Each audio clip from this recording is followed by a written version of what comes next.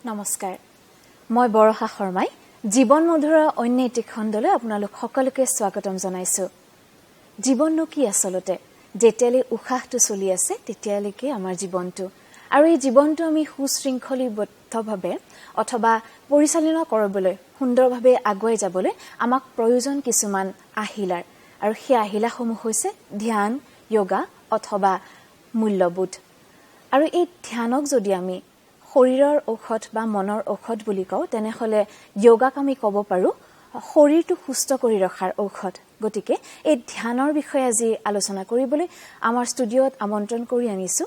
ধ্যান প্ৰশিক্ষক পৰিজিত ফুকন ডাঙৰীয়াক স্যাৰ আপোনাক আমাৰ অনুষ্ঠানলৈ আমন্ত্ৰণ জনাইছো ধন্যবাদ নিশ্চয়কৈ আপুনি কুশলে আছে হয় হয় স্যাৰ মই প্ৰথমে সুধিব বিচাৰিম আপুনি যেহেতু বহু দিনৰ পৰা ধ্যানৰ সৈতে জড়িত হৈ আছে ধ্যান আপুনি শিকাৰ লগতে আনকো শিকাইছে এই ধ্যানৰ লগত জড়িত হোৱাৰ অভিজ্ঞতা বা আপোনাৰ অনুভৱ কেনেকুৱা ধ্যান শব্দটো আসলতে যিকোনো এটা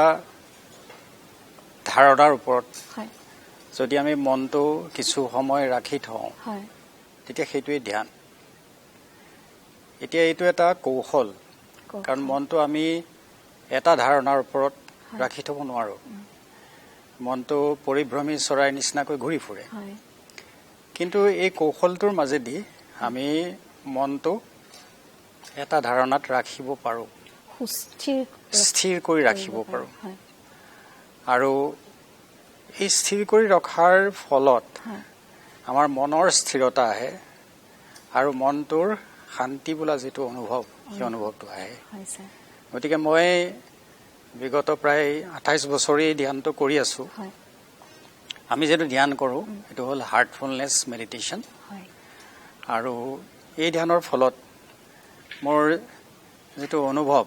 এই অনুভৱটো এটা খুব শান্তিপূৰ্ণ সমাহিত আৰু এটা স্থিতিশীল অৱস্থালৈ যিকোনো সময়তে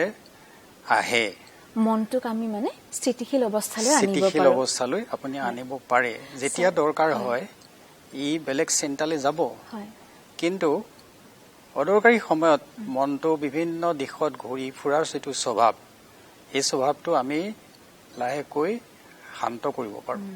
মানে মনলৈ যিবোৰ অশুভ চিন্তা আহে সেইবোৰক আমি বাধা দিব পাৰো ধ্যানৰ জৰিয়তে মানে হয় নিশ্চয় অশুভ যিবিলাক কাৰণ এইবিলাক হল কিছুমান দিশ হাৰা ধাৰণা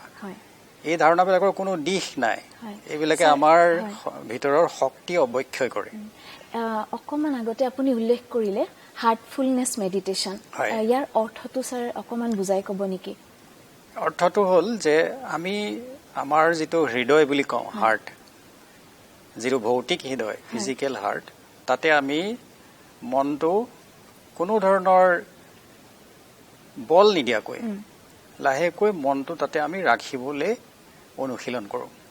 কেৱল হাৰ্ট বা হৃদয় আমাৰ যিটো ফিজিক্যাল হাৰ্ট আছে তাতে মানে হৃদয়খনৰ ওপৰতে বিশেষকৈ কিয় গুৰুত্ব দিয়া হৈছে হৃদয় আমাৰ আসলতে জীৱনী শক্তিৰ প্ৰাণ কেন্দ্ৰ আমি যদি বিজ্ঞানৰ যিবিলাক তথ্য সেইবিলাক যদি চাওঁ তে দেখিম যে বিজ্ঞানে এতিয়া এটো গম পাইছে যে মানৱ শৰীৰৰ মূল কেন্দ্ৰ হৃদয়খন কাৰণ হৃদয়তে কি হয় সকলো শক্তি সঞ্চাৰ হৈ থাকে সকলো ধৰণৰ ভাৱ অনুভূতি আবেগ এইবিলাকৰ যেটো সঞ্চিত প্ৰভাৱ এই প্ৰভাৱটো হৃদয়তে থাকে আৰু কিছুমান কথা আছে আমাৰ হৃদয়তেই আমাৰ যেতিয়া আমাৰ প্ৰথম কনসেপশন হৈছিল এই সময়তে আমাৰ যেটো আদি যেটো মূল শক্তি যেটো শক্তিৰ কাৰণে মই আজি জীৱিত এই শক্তিটো হৃদয়তে প্ৰথমতে প্ৰৱেশ কৰিছিল আৰু তাৰ পৰাই কি হল বস্তুটোৰ বিকাশ হৈ পেলাই মোৰ মন আৰু মোৰ ভৌতিক শৰীৰটোত আহিলে গতিকে আমি যদি হাৰ্টফুলনেছ শব্দটোলে চাওঁ ইয়াৰ অৰ্থটো খুব গভীৰ আৰু আমাৰ মন আছে আৰু হৃদয় আছে মনটোৰ কাৰণে আমি বেছি অলপ কামবিলাক কৰিবলৈ চেষ্টা কৰো মনেৰে কিন্তু হৃদয়টোক আমি পাহৰি থাকো কিন্তু হাৰ্টফুলনেছ মেডিটেশ্যনত আপোনাক হৃদয়টোক আমি স্মৰণ কৰি হৃদয়ৰ যিখিনি উৎস সেই উৎসখিনি আমি কেনেকৈ আহৰণ কৰিম সেইটো আমাক শিকায় আচলতে ইংৰাজী শব্দটোতে হাৰ্টফুলনেছ হৃদয়খনক সম্পূৰ্ণ কৰা হয় মানে সেয়াই অৰ্থ হ'ব তাৰমানে যেতিয়া মোৰ মনটো হৃদয়ৰ লগত সংযোগ হৈ থাকে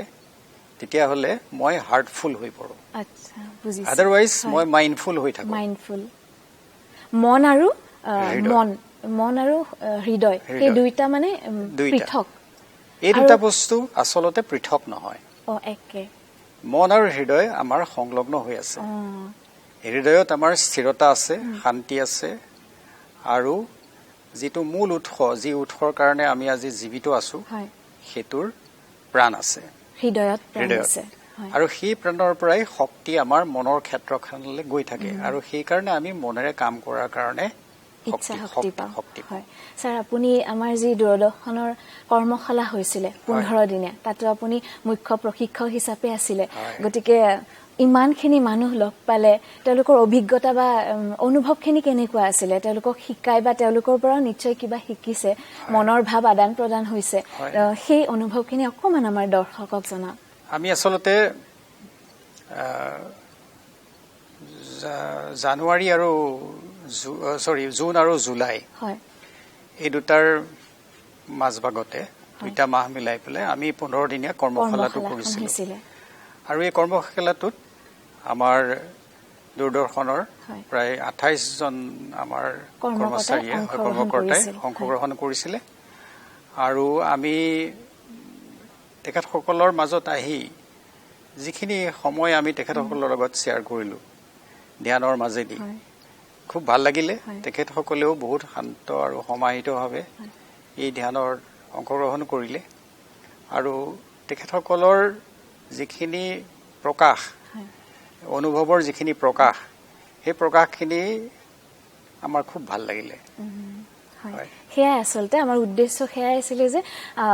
হৃদয়খন যিদৰে আপুনি অকমান আগতে উল্লেখ কৰিলে যে হৃদয়খন মানে ফুল কৰি সম্পূৰ্ণ কৰি পেলাই মনৰ লগত স্থিৰতা যিটো হয় সেইটোৱে আচলতে হাৰ্টফুলনেছ মেডিটেশ্যনৰ মূল অৰ্থ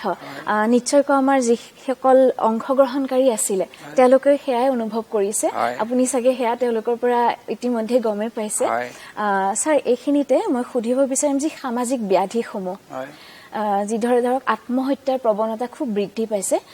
যুৱ প্ৰজন্মৰ মাজত মাদক দ্ৰব্যৰ ব্যৱহাৰ বৃদ্ধি পাইছে এইসমূহৰ ক্ষেত্ৰত ধ্যান কৰি পেলাই আমি নিজক সংযমী কৰি ৰাখিবতো নিশ্চয় পাৰো কিন্তু এইসমূহক কেনেকৈ আমি এই যুৱ প্ৰজন্মক জানো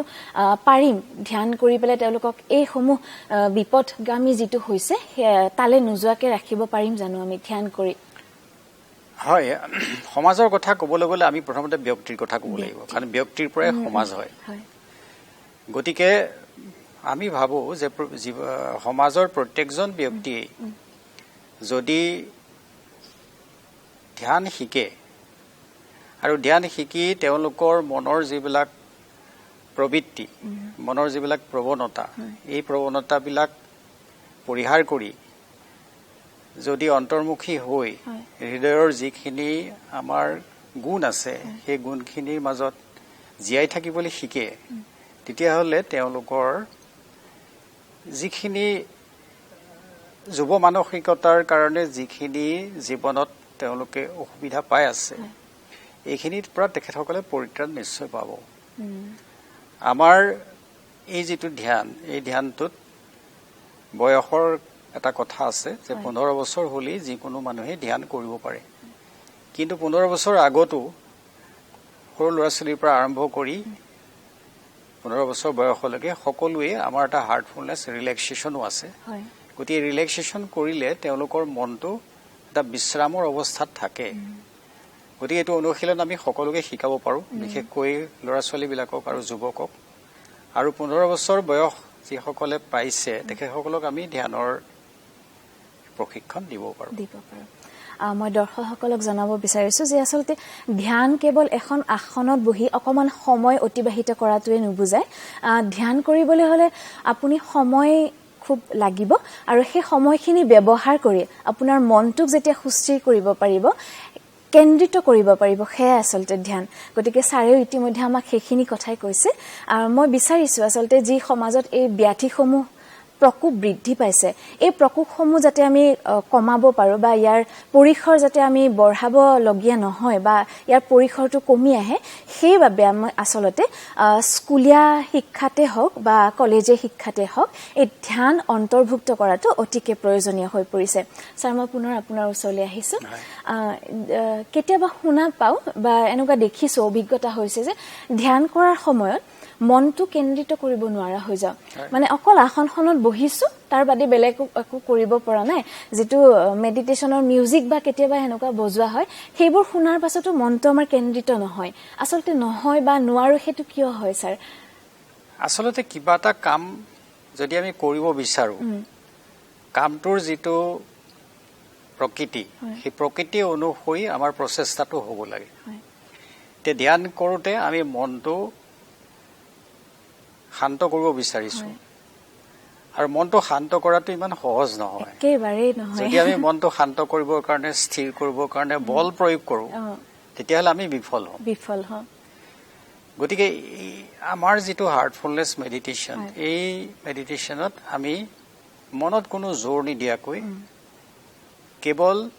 চকুকেইটা বন্ধ কৰি মনটো হৃদয়ৰ ফালে আমি লৈ যাওঁ আৰু হৃদয়ত এটা সৰল ভাৱ এটা লওঁ আৰু সেই ভাৱটোতে আমি মনটো ৰাখিবৰ কাৰণে চেষ্টা কৰো কিন্তু আমি মনত জোৰ নিদিওঁ জোৰ দি আমি কেন্দ্ৰিত কৰিব নিবিচাৰো কাৰণ তেতিয়া আমি বিফল হম যেতিয়া আসলতে এগৰাকী প্ৰশিক্ষাৰ্থীয়ে ধ্যান শিকে বা আৰম্ভ কৰিবলৈ তেতিয়া তেওঁক যথেষ্ট সময়ৰ প্ৰয়োজন হয় বহুত বেছি সময় লাগে সেইখিনি সময়তে আসলতে অধৈৰ্য হৈ পৰে নোৱাৰো যেন লাগে আসলতে সেইবোৰ বাধা দিবলে মানে পাৰিবা তুমি কৰিব কৰাচোন কিবা বিশেষ পদ্ধতি আছে নে কেৱল ঔষধ হিচাপে ধ্যানকেই কৰিব লাগিব আমি ইয়াতে কথাটো হল যে যেতিয়া ধ্যান শিকো ধ্যান শিকিলে প্ৰথমতে আমাৰ মনলৈ বিভিন্ন ধৰণৰ অন্য চিন্তা অহাটো স্বাভাৱিক এই চিন্তাবিলাক ইতিমধ্যে আমাৰ মনৰ ভিতৰত সোমাই আছে যেটোক আমি অৱচেতন মন বুলি কওঁ গতি অৱচেতন মনৰ পৰা যেতিয়া চিন্তাবিলাক বাহিৰলৈ আহে সেই সময়তে আমি খুব অশান্তি অনুভৱ কৰো যে মই ধ্যান কৰিব নোৱাৰিম নেকি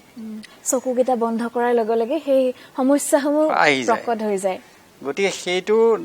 পৰা অব্যাহতি পাবৰ কাৰণে আমাৰ ধ্যান পদ্ধতিত কোৱা হৈছে যে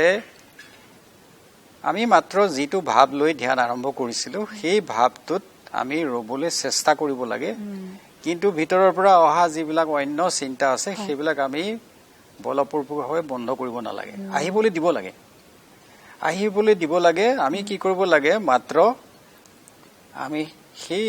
অন্য যিবিলাক চিন্তা বা ধাৰণা আহিলে সেইবিলাকৰ পৰা মনটো লাহেকে আঁতৰাই পেলাই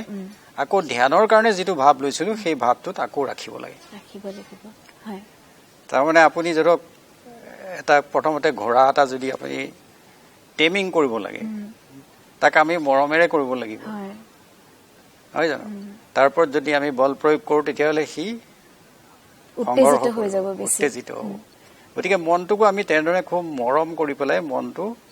যেটো ভাৱত আমি ধ্যান আৰম্ভ কৰিছিলো সেই ভাৱটোতে ৰাখিব লাগে অন্য চিন্তাবিলাকলৈ আমি মন দিব নালাগে অন্য চিন্তাবিলাক আহিবলৈ দিব লাগে মানে স্যাৰ আৰম্ভণিতে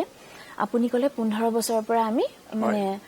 অভ্যাস কৰা আৰম্ভণি কৰিব পাৰো এতিয়া আপুনি যেটো কলে হাৰ্টফুলনেস মেডিটেশন সেই মেডিটেশনটো আমি যে যোগাত যে মেডিটেশন কৰো একেনে পৃথক আসলতে যোগা শব্দটোৰ অৰ্থ বহুত মানে ডাঙৰ শব্দ বহল শব্দ যোগা হল যে আমাৰ যেটো মনৰ প্ৰকৃতি সেই প্ৰকৃতিটো আমি মানৱীয় প্ৰকৃতিলৈ উন্নীত কৰি পেলাই দৈবিক প্ৰকৃতিলৈ যাব লাগে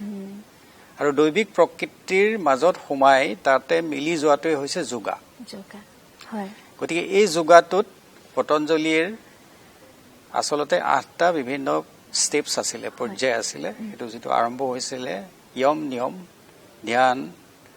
प्राणायाम प्रत्याहार धारणा ध्यान আৰু অন্তিম যেটো অৱস্থা হেতু হল সমাধি সমাধি মানে সম আদি অৰ্থাৎ সম মানে হল সমান আদি মানে হল মূল অৰ্থাৎ সৃষ্টিৰ মূল অৱস্থাত যেটো শান্ত সমাহিত এটা অৱস্থা আছিলে সেই অৱস্থাটোলৈ আমি নিজৰ মন আৰু চেতনাক লৈ যোৱাটোৱে হৈছে যোগা। গতিকে হাৰ্টফুলনেছ মেডিটেশ্যনো তাৰে এটা অংশ। হাৰ্টফুলনেছ মেডিটেশ্যনটোৱে এই সমাধিলৈকে যোৱাত আমাক সহায় কৰে। এতিয়া হাৰ্ট বুলি ক'লে আপুনি প্ৰেম বা তেনেকুৱা সম্পৰ্কৰ কথা, যিহেতু আমি যুৱ প্ৰজন্মও আমাৰ অনুষ্ঠানটো চাই, গতিকে এই যে প্ৰেমত বিফল হ'লে তেওঁলোক হতাশ হৈ পৰে, জীৱনটো ইমান ধুনীয়া সেইটো নাচাই পেলাই এটা বিপথে মানে কিবা এটা কৰাৰ সিদ্ধান্ত গ্ৰহণ কৰে। এইটো মানে যিসকল নতুন প্ৰজন্ম তেওঁলোকৰতো মূল সমস্যা, লগতে পেৰেণ্টছসকলৰ পিতৃ মাতৃৰ বৰ চিন্তাৰ বিষয়। মানে কাৰোবাৰ লগত মনৰ অমিল হৈছে, তেওঁৰ লগত বিভেদ হৈছে বা সম্পৰ্কৰ বিচ্ছেদ হৈছে, তাৰ মানেই এইটো নহয় যে জীৱনটো শেষ। ছাৰ, এই বিষয়ে এই মেডিটেশ্যনটো মানে কি কৰিছে? হয়, প্ৰেম শব্দটোৰ অৰ্থ বহুত ডাঙৰ। আচলতে প্ৰেম মানে আমি ভাল পোৱা বুলি কওঁ, কিন্তু সেই ভাল পোৱাটোৰ কেনেকুৱা স্তৰত আছে সেইটোৰ ওপৰত নিৰ্ভৰ কৰে। আমি যদি কিবা এটা কণ্ডিশ্যন ৰাখো, চৰ্ত ৰাখি কাৰোবাৰ লগত প্ৰেমৰ আদান প্ৰদান কৰোঁ, তেতিয়াহ'লে সেই চৰ্তটো যদি সম্পূৰ্ণ হয়, ফুলফিল হয়, তেতিয়া আমাৰ ভাল লাগে। কিন্তু সেই চৰ্তটো যদি ফুলফিল নহয়, তেতিয়াহ'লে আমাৰ তাতে বিচ্ছেদৰ কথাটো আহে। গতিকে প্ৰেমে কি হয়, দুজন মানুহক একেলগ কৰে। কিন্তু সেই একেলগ কৰা যিটো সত্তা বা ভাৱ, সেই ভাৱটোত কোনো ধৰণৰ কণ্ডিশ্যন থাকিব নালাগিব, তেতিয়াহে একে হ'ব পাৰিব। আৰু মানৱীয় স্তৰত যদিও আমি প্ৰেমৰ কথা কওঁ, সেই প্ৰেমটো আচলতে দৈবিক স্তৰলৈ আমি লৈ যাব পাৰিব লাগিব। এতিয়া আমি ধৰক, মই কোনোবা এজনক মই ভাল পাওঁ, যদি মোক এটা গিফ্ট দিয়ে বা মই এটা ৰিটাৰ্ণ গিফ্ট দিওঁ, গতিকে আমাৰ যিটো ভাৱৰ আদান প্ৰদান হ'ল, আমি কওঁ যে এটা ভাল পোৱাৰ আদান প্ৰদান হ'ল। কিন্তু সেই ভাল পোৱাটোৰ প্ৰেম সোমাই আছে, কিন্তু সেই প্ৰেমটো সম্পূৰ্ণ নহয়। জীৱনটো মধুৰ কৰাৰ এটা অংগহে আচলতে, জীৱনটো মধুৰ কৰাৰ এটা অংগহে। যিদৰে সুস্থ শৰীৰ এটাৰ কাৰণে সুস্থ খাদ্যৰ প্ৰয়োজন, মনটোকো সুস্থ ৰখাৰ কাৰণে ঠিক তেনেদৰে ধ্যানৰ প্ৰয়োজন। ছাৰ, এইখিনিতে মই আকৌ সুধিব বিচাৰিম, ধ্যান কৰাৰ কিছু বিশেষ নিয়ম থাকে, যেনেকা য়োগাৰ, যেনেকে আমি য়োগাৰ ক্ষেত্ৰত বিভিন্ন নিয়ম দেখিবলৈ পাওঁ, সেই নিয়মখিনি অকণমান বহলাই আমাৰ দৰ্শকক যদি কয়, তেওঁলোকে নিজেই ঘৰত চাগে চেষ্টা কৰিব পাৰিব ধ্যান কৰাৰ। মই আগতে কৈছোঁ যে ধ্যানটো হ'ল যে যিকোনো এটা চিন্তা বা ধাৰণাৰ ওপৰত মনটো ৰাখি থকাৰ এটা অনুশীলন। আমাৰ হাৰ্টফুলনেছ মেডিটেশ্যনত আমি ধ্যান কৰাৰ আগতে আমাৰ এটা বিশ্ৰামৰ প্ৰক্ৰিয়া আছে, ৰিলেক্সেশ্যন। এই বিশ্ৰামৰ প্ৰক্ৰিয়াটোত আমাৰ হাৰ্টফুলনেছৰ ইউটিউবত এই বিশ্ৰাম প্ৰক্ৰিয়া উপলব্ধ। গতিকে যিকোনো ইচ্ছুক লোকেই এই ৰিলেক্সেশ্যনটো কৰিব পাৰে। ৰিলেক্সেশ্যনটো যিকোনো বয়সৰ মানুহে কৰিব পাৰে, আৰু এইটো আমাৰ গাইডেড এটা ৰিলেক্সেশ্যন। অৰ্থাৎ আমি কি কৰিব লাগিব গোটেইখিনি আমাক কৈ থাকিব, সেইমতে আমি আমাৰ গোটেই শৰীৰটোত অনুভৱ কৰিব লাগে। বিভিন্ন অংগত আমি অনুভৱ কৰোঁ, কৰি পেলাই শেষত আমি হৃদয়লৈ আহোঁ। হৃদয়ত আমি জিৰণি লওঁ, হৃদয়ৰ যিটো শান্তি সমাহিত প্ৰেমৰ যিটো ভাৱ, সেই ভাৱটো আমি অনুভৱ কৰোঁ, আৰু তাৰপিছতে আমি ধ্যানটো আৰম্ভ কৰোঁ হৃদয়ত। আৰু ধ্যানটো আৰম্ভ কৰাৰ কৌশলটো মই অকণমান আপোনাক উনুকিয়াইছিলোঁ, যে আমি এটা ভাৱ লওঁ। সেই ভাৱটো হ'ল যে দিব্য জ্যোতিৰ ভাৱ এটা। আচলতে জ্যোতি বুলি কোনো ধৰণৰ বস্তু নাই। ভৌতিক স্তৰত জ্যোতিটো আমি বুজি পাওঁ, কিবা এটা পোহৰ বা লাইট, কিন্তু সেইটো পোহৰ বা লাইট নহয়, সেইটো কেৱল এটা ধাৰণা।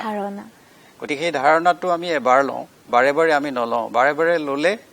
সেই ধাৰণাটোৱে কেন্দ্ৰীভূত হৈ পেলাই আমাৰ মনটো এটা কনচেনট্ৰেশ্যনৰ অৱস্থাত গুচি যাব, একাগ্ৰকৰণ। আৰু একাগ্ৰকৰণত মনৰ বল প্ৰয়োগ হয়। গতিকে আমি যিহেতু বল প্ৰয়োগ নকৰোঁ, সেইকাৰণে সেই ভাৱটো আমি এবাৰেই লওঁ, আৰু মনটো তাতে আমি ৰেষ্ট কৰোঁ, জিৰণি ল'বলৈ দিওঁ। আৰু তেতিয়া আমাৰ ভিতৰৰ পৰা বিভিন্ন চিন্তাবিলাক ওলাই আহে, সেইবিলাক আমি অৱজ্ঞা কৰোঁ, কেনেকৈ অৱজ্ঞা কৰিম? ধৰক আপুনি কিবা এটা আপুনি অনুষ্ঠান পাতিলে ঘৰত, আপোনাৰ নিমন্ত্ৰিত অতিথিৰ ভিতৰত এজন বেলেগ আহি গ'ল, তেখেতক আপুনি ক'ব নোৱাৰে যে আপোনাক আমি নিমন্ত্ৰণ কৰা নাই, আপুনি যাওকগে। আপুনি মাত্ৰ খুব এটা তেওঁৰ ফালে আপুনি বেছি আপ্যায়িত নকৰে, তেতিয়া তেখেতে অনুভৱ কৰিব যে মই আচলতে বেয়া এটা সময়ত আহিলো, গতিকে তেখেত নিজে নিজে গুচি যাব। ঠিক আমাৰ ভিতৰৰ পৰা অহা চিন্তা ধাৰণাবিলাকো সেই তেনেকে আমি অৱজ্ঞা কৰিব লাগে। আৰু সেইটো কৰিলে কি হয়, কিছু সময়ৰ পিছত আপোনাৰ মনটো তাতে নিমজ্জিত হৈ যায়। যিমানে ধ্যান কৰিম সিমানে নিমজ্জিত হৈ যাব। আৰু ছাৰ, ধ্যানৰ লগত মুদ্ৰাৰো সংযোগ আছে। এতিয়া হাৰ্টফুলনেছ মেডিটেশ্যনত চাগে হাৰ্টত আমি কিবা মুদ্ৰা বা ব্যৱহাৰ কৰি পেলাই মেডিটেশ্যনটো কৰিম বা তেনেকুৱা নেকি বাৰু? আমি ইয়াতে কোনো ধৰণৰ মুদ্ৰাৰ ব্যৱহাৰ নকৰোঁ। মানে এনে য়োগাত কোৱা হয় এইটো ধ্যান মুদ্ৰা। ধ্যান মুদ্ৰাত বহি পেলাই আমি য়োগা কৰোঁ, তেতিয়া মানে মানসিক স্তৰত আমি অতি সোনকালে সুস্থিৰ অৱস্থাটো পাওঁ বুলি কোৱা হয়। ইয়াতো তেনেকুৱা নেকি বাৰু? আমাৰ হাৰ্টফুলনেছ মেডিটেশ্যনত আমি কোনো বিশেষ মুদ্ৰাৰ সহায় নলওঁ, ব্যৱহাৰ নকৰোঁ। আমি খুব ৰিলেক্স কৰি শৰীৰটো যিহেতু আমি বিশ্ৰাম কৰিলোঁ, আমি যদি এনেকে এইটো যদি প'শ্চাৰ লওঁ, গতিকে মই মোৰ যিকেইটা লিম্বছ আছে, লিম্বছত মই এটা প্ৰেছাৰ দি ৰাখিব লাগিব, নহয় জানো? কিন্তু আমি যিটো ধ্যান কৰোঁ, এই ধ্যানটো আমাৰ শৰীৰটো একেবাৰে আমি বিশ্ৰামত লৈ যাওঁ। গতিকে আমি খুব সহজভাৱে, খুব সৰলভাৱে শৰীৰটো বিশ্ৰামত আনো। কোনো ধৰণৰ শৰীৰটোত আমি কৃত্ৰিম চাপ নিদিওঁ ক'তো। ফলত কি হয়, শৰীৰটোৱে তাৰ যিটো স্বাভাৱিক যিটো বিশ্ৰামৰত অৱস্থা, সেই অৱস্থাটোত আহে আৰু তেতিয়া আমি ধ্যানটো কৰোঁ। ছাৰ, কেতিয়াবা এনেকুৱা হয় ধ্যান কৰি থকা সময়ত চকুৰ পানী ওলাই যায়, সেইটো আচলতে ভাল বুলি ক'ম, ধনাত্মক নে ঋণাত্মক বুলি ক'ম? সেইটো ধনাত্মক। হয়। মনৰ আচলতে বেজাৰসমূহ চাগে চকু পানী হিচাপে ওলাই আহে ধ্যান কৰিলে। সেয়াই যেতিয়া আমি খুব বেছি বিশ্ৰামৰত অৱস্থাত যাওঁ, মনটো যেতিয়া হৃদয়ত নিমগ্ন হৈ যায়, নিমজ্জিত হৈ যায়, তেতিয়াহ'লে আমাৰ শৰীৰত যিখিনি শক্তিৰ সঞ্চালন হৈ আছিলে, সেই শক্তিখিনিও লাহে লাহে শক্তিৰ প্ৰাবল্যটো কমি যায়। কমি যোৱাৰ লগে লগে কি হয়, আমি গোটেই শৰীৰটোত এটা খুব শান্তি অনুভৱ কৰোঁ। ঠিক আছে? আৰু আমাৰ যিটো অৱস্থা, সেই অৱস্থাটো এটা গভীৰ অৱস্থাৰ পৰা এটা লঘু অৱস্থালৈ যায়। মনৰ অৱস্থাটো, শৰীৰৰ স্থিতিও ঠিক তেনেকুৱা হৈ যায়। এটা গভীৰ স্থিতিৰ পৰা এটা শান্তিৰ স্থিতিলৈ শৰীৰটো গুচি যায়, আৰু সেইটো চকুৰ পানীটোৱে হৈছে তাৰ লক্ষণ। সেয়া আচলতে কথা বহুত, বিষয়টো যিহেতু বহুত ডাঙৰ বিষয়, কম সময়ৰ ভিতৰত আচলতে কথা পাতি শেষ কৰিব নোৱাৰো আমি, আৰু যিহেতু আমাৰ নিৰ্ধাৰিত সময়ো শেষ হৈ আহিছে, গতিকে ছাৰ আগলৈ আপোনাক আৰু আমাৰ মাজত বিচাৰিম। আমি